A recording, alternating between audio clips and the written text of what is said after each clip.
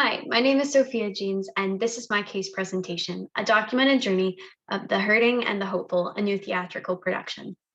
Back in October of 2019, I was challenged by theater professor Norm Jones to begin forming my artistic and personal mission statement that would then go on to inform my theater senior sound project and also what ended up informing my communication senior sound project as I joined the two together to create a marketing and theatrical production combination.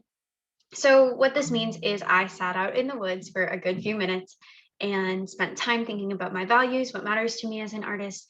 And that led me to ask a question of what kind of pain in the world I wanted to address. And it's one that I think we've all dealt with in one time or another. And it is the question of, am I alone? When things get hard in life, we tend to imagine that we're by ourselves, that we're solitary, that no one else has understood what we're going through, that no one else has experienced the same thing, and that we have to get through it by ourselves alone.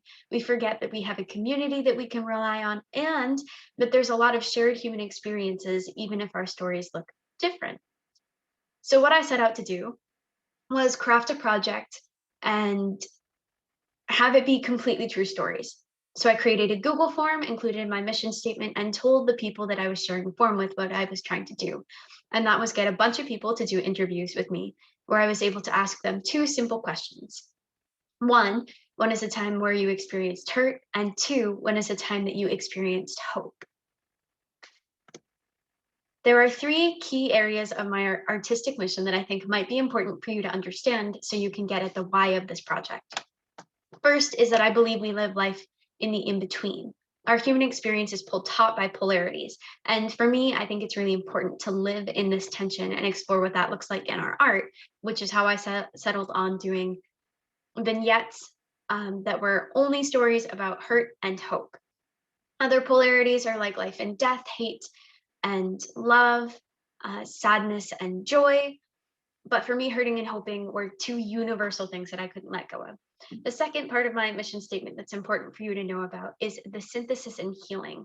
Bruce Herman once said, when you make it personal, it becomes universal. And that's something that stuck with me and a thought that informed this project. If I can show the audience that they're not as alone as they think, even if they haven't had the same experiences or if they've had similar feelings and emotions, they recognize that they can connect with other people, even in things that have happened to them. And now the third part is that I want my art and work to cause audience members and participants to wonder, to provoke what they don't know, and to explore the unknown of their feelings, emotions, and the world around them. I believe that exploration should be balanced with acknowledging reality. So, yes, we should look to honor the beautiful and draw attention to it, but we also need to be mindful in our art of the reality of the hurts that people have gone through. So, what did this project look like practically from a communication side? I had three main purposes and priorities as I created my Instagram account, which shares the same name as the theater project, The Hurting and the Hopeful. And they are that I wanted to provide an insider look. Most shows and new works and productions open with little to no fanfare.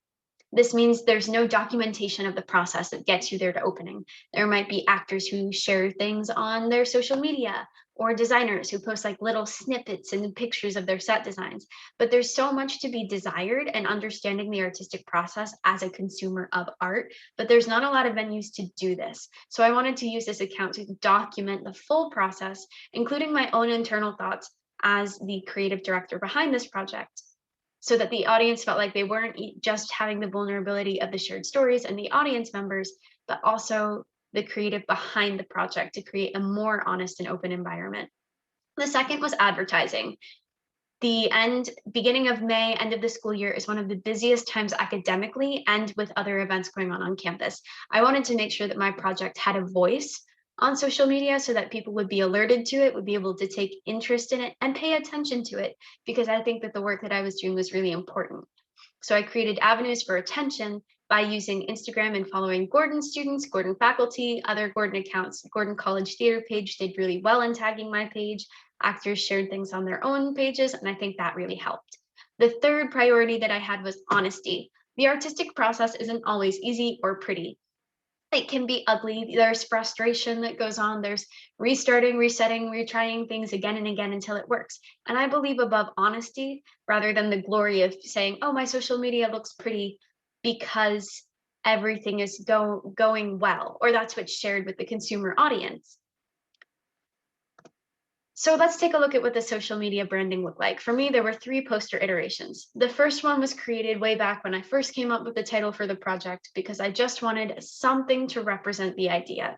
So I used a light bulb to represent the fragility of sharing things with people, and kind of the flowers is the beauty that's within. So we have one that's on a white background that honestly wasn't that visually appealing, but I needed something for my first Instagram post. The second one was a possible poster design, and I liked it, but I thought that it didn't really tell the audience what was going on with my project. It was an aesthetically pleasing graphic, but said nothing about the title or about like what audience members could expect or what people on Instagram could expect discussion of. So the third and final iteration of the design was self-portraits that I took, where I did one side of makeup that was really clean and lovely because we think of hope as being bright and fresh, and one side that was smudged and tear stained and smattered, because that's what the tensions that we live in look like. And I wanted to physically represent that. Then we have the 3 different flowers representing growth and the project title. The posts on Instagram were a variety of both IGTV posts and normal feed posts. I didn't do so many stories just because that is something that can be really hard to gain traction with, especially if it's a non-business account, which is what this was. The social media account did well with 114 followers when it had only really been active for about 2 or 3 weeks of the process consistently. Before that, there was one update every week, I think every Saturday for the first couple of posts. And kind of my brief description for people on the internet was a project dedicated to creating unity, healing, and synthesis through the sharing of real stories collected through interviews and performed by actors. IGTV for me was a really big appeal in this process because it allowed me to create mini vlogs to share with my audience, which was a lot easier for me than gaining traction through the feed post, which I thought was really interesting because the most popular IGTV post had 158 views. And I think kind of the biggest feed post had maybe 50 likes. So there was a big disparity. So I ended up focusing a lot on IGTV as a way of documentation instead of feed posts. Here's a couple of different types of feed posts. I did some that were very much a documentation of the process. So this photo of the actors is one of the earlier rehearsals. I think maybe it's the second one. And then the other one was a post more reflective of my own experience as a creative and director. The documentary post again did better. So that's where I ended up directing my attention. The rehearsal process was really interesting, and I also tried to document that some just to give audiences a look into what was happening. Here's one from the first rehearsal. So I think my project addressed the problem of loneliness by bringing people together through these shared stories. I learned that communication is incredibly important in addressing this need, because if we don't communicate to share these stories, the perpetuation cycle of loneliness continues again and again. What I learned about myself is really what I value. That's what this whole seminar experience pushed me to consider for both theater and comm, and sitting with the things that I'm uncomfortable with and want to change in the world. And that's how this project came to be, was me saying, this is something that I've experienced, this is something my friends and peers and professors have experienced, and this is how I can address it. The audience for this project ended up largely being the Gordon community, because they're the ones who came to see the show, as well as family members and professors, which is fitting because all of the interviews ended up coming from college-age students that were from Gordon or recent Gordon grads, which further developed that kind of community. As a follower of Christ, I think this project was really important because it created that avenue for healing, for shared experience. And a lot of the vignettes ended up, the hopeful ones, pointing back to Christ. There was one that spoke about eternity being on the other side and the hope that comes from that, even in the face of great loss. As a future marketer and creative, I'm just going to take away from this project the power of what it means to share who we are with people in a public venue, and the joy and healing that can come from all of that. I think it's a great reminder that we do live in these tensions and that we are the hurting and the hopeful. Thank you for your time, for paying attention to my project.